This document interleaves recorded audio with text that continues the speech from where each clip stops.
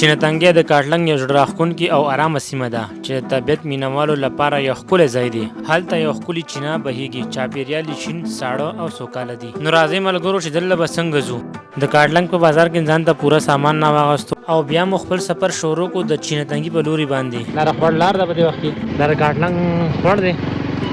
دلته چینه لګي دی که نه؟ او دلته کې چینه ده چې په ګرمۍ کې ورته خلک لامبل لپاره راځي. دا د کاټلنګ کلی دی.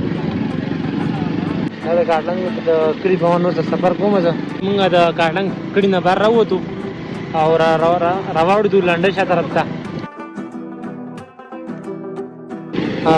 دا وخت کې مونږ خونګي پل سیټ ته روان یو. دا مهال مونږ خونګي پل ته راورسېدو. نو تاسو کتلی شئ ملګرو چونکینیر په دې وخت کې بند دی. نو د خونګي د پل ډېره ښکلې او ښایسته نظاره ښکاري. نو تاسو ته مونږ د لاندې نه وښیو او بیا به ځو داسې د خپل منزل په لوري باندې.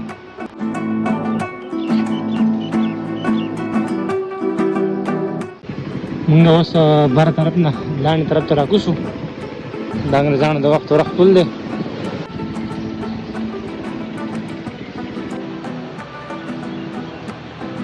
دا د کاټلنګ هغه نیر دی چې مونږ ورته لوی نیر ویلی شو.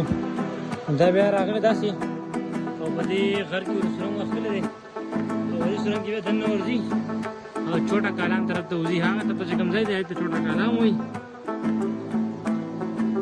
په دې وخت کې ورسېدو چینتنګي کاټلنګ ته او دا هغه سینه ده. پکې بیا نور خلک راغلي د چکرو دپاره. او کتلی شئ نو اوس مونږ بره ځو او چې دا چینه د کوم ځای نه رابهېږي تاسو به هغه ځای له بوځو. کتلی شئ دا ډېره ښایسته نظاره ده او دا ملګري هم راغلي.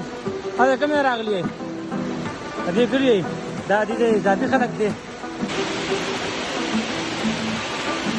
په دې وخت کې زه بره راوختم چې څومره به بره ځم دلته کې دا ټول خلک د چکرو دپاره راغلی.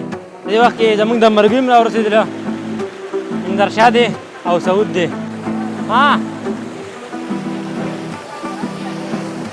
که تر اوسه پورې تاسو زموږ د یوټیوب چینل نه سبسکرایب کړئ نو سبسکرایب کړئ او خپلو ملګرو سره ضرور شیر کړئ. ډسکور پښتونخوا.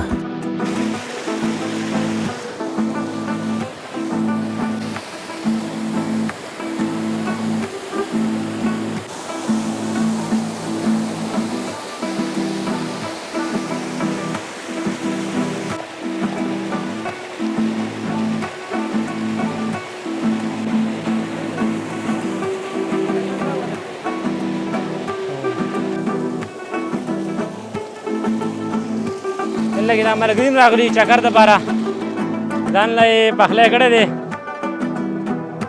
دا یې سره ګیس راخېجولی.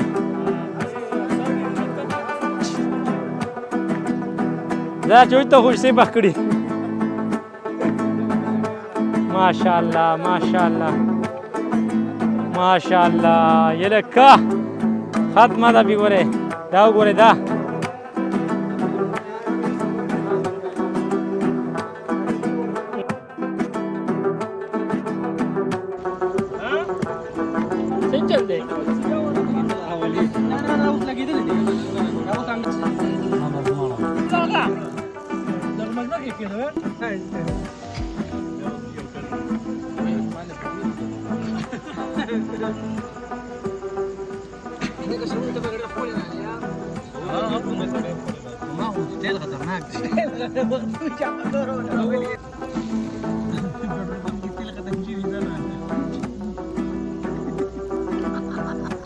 دا دې چاړه یې راکړې ده.